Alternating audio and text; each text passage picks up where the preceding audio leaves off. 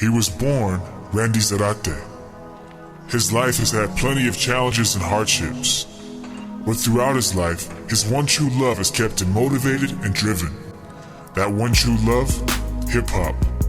From b-boying to graffiti, freestyling to MCing, Retro Man has been deep in the culture since his days growing up in both Toppenish and Wapato. Join us for a trip into Retro's world.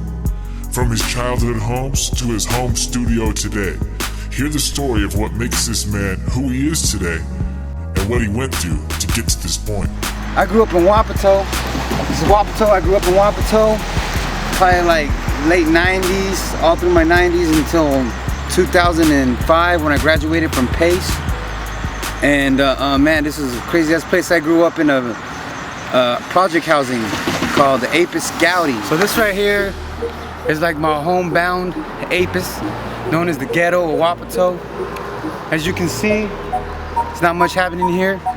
Never is, but it gets crazy at night. There's only one way in and one way out.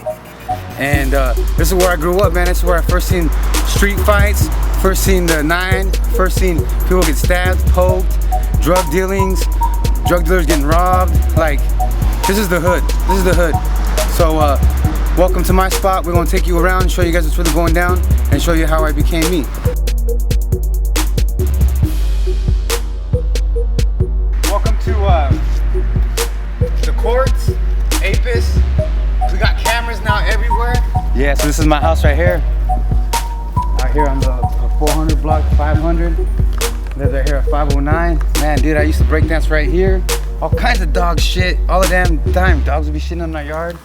I had my dude, fucking Kevin and Cyrus. Rest in peace, Joe Bud. They lived right next door right here. We used to have my boy Trevor lived right across the street, which is crazy because my baby mama ended up moving in there before she was my baby's mama. My baby mama ended up moving there, and I used to grow up right here, man. We used to break dance right here in this grass. I seen this dude get knocked out. The dude came out from this house, came out here, and dude just flattened him out. It was crazy. Nothing else said. But let me show you some more shit. Check it out. Like back in the day, everything used to be open, and now like I don't even walk through the yard. I don't know whose yard this is, but everything used to be open, and then like the cops would chase us and would always get away from the cops. So like they started cracking down, and now they put fences. They put fences between everyone's house. So now you can't even go to the park for sake. You know what I'm saying? God's sake, man, you can't even go to the park. So like now there's just fenced up everywhere. Dogs, you know what I'm saying? But we still hood. You know, I remember I had like this big old wooden box right here. I used to just kick it and just smoke a little bit of weed and kick with my homies and shit. We used to chill right here. Everyone used to get faded. Everyone would be drinking MDs, colored MDs, different colors MDs. Back in the day, it was popping, you know? And so, if we weren't kicking it right here, we'd be kicking it over here on the block. Y'all homies ain't shit. Rolled up my own whip. Y'all homies ain't shit. Rolled up my own zip. Y'all homies ain't shit. You never can get it. Y'all homies ain't shit. You never was with it. Stand right here, bullshit. And just stand right here and bullshit some more. Smoke some, bullshit. And then we'll come around here and be like, hey, let's go see who's on the other side of the park. Come on, guys. And we'll walk down the park. All this used to be open though. All this used to be open. So we'd be able to run through people's yards, and it was so much easier to write on people's houses and just like do dumb ghetto shit. Look at this is Apis. Everyone got something dirty in the backyard. This is how ghetto it is back here. Everyone got trash in their yard. No one got some nice yard out here. Man, I remember this back in the day. Everyone would have come into the pit. They'd come into the pit to fight, wrestle. Man, I remember them two dudes, man. I think it was James and Lucas, man. They were going in there, man. They were going for a minute. One had an arm bar, he got out, got the leg lock, they got out. It was crazy. All of us would be little kids. Yeah, get up. You know, a lot of people too. I met a lot of people just here in Apis. You know, like Fina. He used to live right over here. Rest in peace. MBK. He was a writer. He was a pretty tight ass tiger too. And you know, I met a lot of people. My boy Sonny, AJ, Conan, Motto, Ghost Dog used to live right over here. Man, the list just goes on and on. Sheldon Kelly, Jamie Grajeda, James Craig. Like, man, the list just goes on and on. I'm sorry if I didn't mention anybody, But man, it just goes on, you know what I'm saying? And then there's a little beef with the other projects. What was it? The Mama Chut, I remember. But I didn't even know what the hell that shit was about. I don't know if we were trying to act harder than them or they trying to act harder than us. But man, we was just, I don't even know. But that's when I knew about Red Sox and all them and their music and stuff.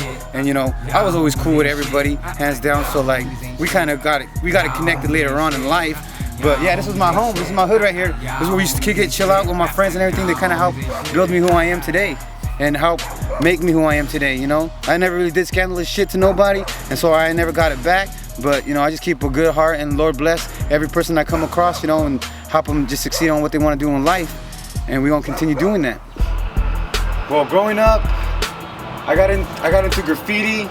My homeboy Sonny, he put me down in MBK a long time ago. I was unit from MBK, and then I met Smoke and I met some other writers, and they were cool, but we never hung out. And so I started hanging out with these other people that like breakdancing and rapping and doing graffiti too, and they were called the OK Crew. There was only 3 of them: Hayes, Record, and Pause. These are the 3 originators. They're still around to this day. And you know, I was never a tagger at the time. They're like, hey, you want to be a part of this breakdancing crew, or you want to be part of this crew? And I was like, yeah, what's it about? He's like, it's a hip hop crew. And I was like, all right, cool. And so I was good at breakdancing, so they said, all right, man, you could be the breakdancer of the crew. And so I was a breakdancer of the crew for OK Crew. And then I started learning how to write, you know, practicing drawing, tagging, and got a style down. Once I got my style down, then I started hitting the streets. You can see, this is an old ass burner. I can't believe it's still burning out here. OK Crew's still deep out here in Wapato. You know, they're still doing it. There's still a lot more people out here doing that. I don't even know of younger generations. The crew's been passed down and down. And you know, it's crazy because once I started getting into graffiti, it's about placing your graffitis now. You gotta climb to a spot, you gotta hit it, you gotta hide, you gotta really get it going. So like when I got into graffiti, it was about colors, about style, and you know, it was more different than, it was a different vibe, and I loved it, and I still do. Yeah. Hey, check it out. This is one of my old graffiti stickers. It says Cakes, OK. It was a spray can with a nozzle. Man, I can't believe that's still kind of running out here. Yeah. When you climb up on a building and you're tagging it, there ain't no feeling like it, man. You're like looking down at the world, and like, sometimes you even see a cop drive by and you're like, ah, fucker, I'm up here tagging it and you can't see me. It's just, it's like being free. Being free and being no holds barred, no one's holding you back. You're able to express yourself through their pain, through your life, you know, you're living. Once you start touching that wall with that can, man, you become part of that canvas, you know what I'm saying? Real writers know what I'm talking about. Man, all right here, man, this used to be my playground. Back in the day, we used to run around here, tag it up, running around from cops, from hiding in the dirt, climbing up the top of the buildings, and man, now it's just all caged off now, look, because there's no way we can get in there. Now, I'll find a way in there though, don't worry about that. Got it, guys. Fuck, I cut my hand on the barbed wire. Come on in. See, I grew up right here. I grew up in this neighborhood. I learned how to break dance right here. This is before they had all the cameras and everything else. And now they got, look, they came up in here, man. Now they got the video watching you. And they got arcades right here. Y'all play your arcade games and everything, FIFA, Tekken. They never had none of this back in the day. And Photoshop, we got none of, this is all new. This is all new, guys. But let me get you guys, let me show you some breakdancing. You know what I'm saying? Hey, I'll kick that beat.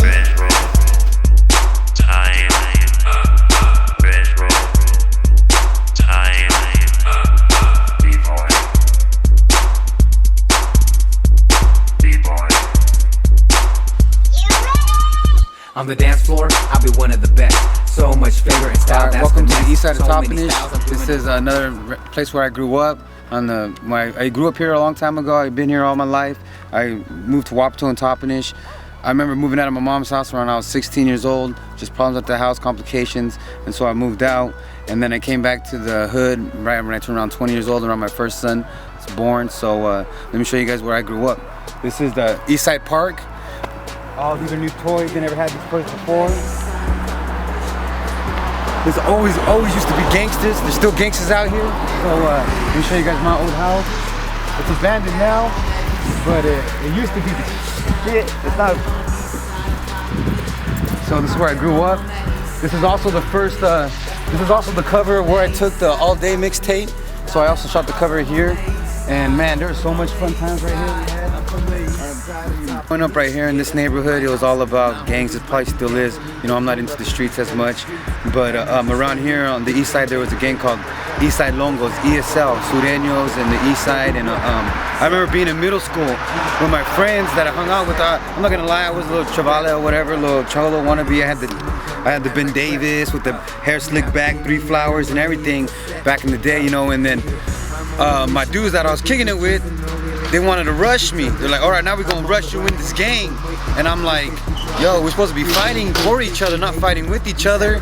And you know, like that's when I kind of just fell out of that gang life ain't for me, you know what I'm saying? Fighting my own friends over different colors. Next year, that was happening there in middle school. So when we went to high school, other dudes were claiming different sets, Norteño, Florencia, you know, it goes on. And then my friends against friends, and like that's how I stayed. That's when I kind of fell into hip hop. How did this house make me who I am now? Well, there was a point in my life where I'm not gonna lie. There was a point in my life where I was homeless at a time, and I had nowhere else to go. So I broke into this house. I was sleeping here. As long as I paid my electricity, they didn't care who stayed at the house. I paid electricity, so I had a running heater. And, you know, I was like a homeless dude, just putting on my CD and working on my music, and then selling food stamps to get by. Man, it was crazy. It was crazy. And then I learned it the hard way. You know, you gotta have a job in this world, man. You gotta go get one. So that's what I learned, that you have to get that job and you have to get that constant money. You can't invest in nothing when you don't have nothing to invest in. This is where I currently live. East side is just a couple blocks down from my old house, same old Ave. 2-story, you know, moving up, you know what I'm saying? I got the store right across the street, and got a fence. So that's what's up, got a fence. You know, welcome to the side studio. This is the lair where the magic begins. So yeah, so this is where I think of all my creativity projects. And here's my little booth. Get this out the way. Here's my booth right here. My mixing and mastering boards. I got my computer programs, running everything else too. Let me turn this on real quick.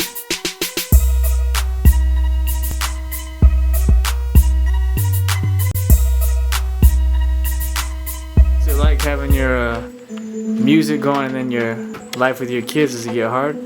It's very hard. It's very hard out here to balance both of them. You know, like right now I'm single, but like it's being alone sad too, man. When you want to go home and see your kids, and especially if you have more than one, you want to come home, you want to see them, and you know they're not home. You're still gonna be alone. You know, at the end of the night, you're still by yourself. You might go do a show, you might party that night or whatever, but you're still gonna come home. You're gonna be alone. You're gonna be sad. You know, it makes good music. I'll tell you that much. I wrote down some stuff. You know, like it makes really good music, but like. It's just sad. That's why you gotta balance it. That's what I'm saying. If you got a family to come home to, man, you're rich in heart. You know, like money's not even worth none of that. It's not. You know, just keep it 100 with your girl. You know what I'm saying? And your females keep it 100 with your man too. You know, and you know, like it's really hard to balance both of them. Ask any MC, any artist out there that has a family, that it's really hard to keep control of both of those. And you know, and the kids too, when your kids get separated, say like you have to go do a show or you have to leave, they're gonna be sad because they want to spend time with you. And it's not about money, dude, it's just about the bond that you have with them. So like, it's just really hard. So this is for my when I said I'm rapping about the Kawasaki, I'm really rapping about the Kawasaki. You see me pushing this all summer, now it's winter, I'm about to put it aside, and we're gonna lay out. You know what I'm saying? Retro Man, definitely in the building. Red Sox Films want to thank you for watching this short film. Retro Man, follow me at Retro Man 509, the Retro Heads. I'll be zooming down your Ave, see me in blue and black, clutching in and out and pushing it to the max. I said my bike kicks ass, burning rubber and smash. That's black on blue and black on my plexiglass with my RPMs up and my bike's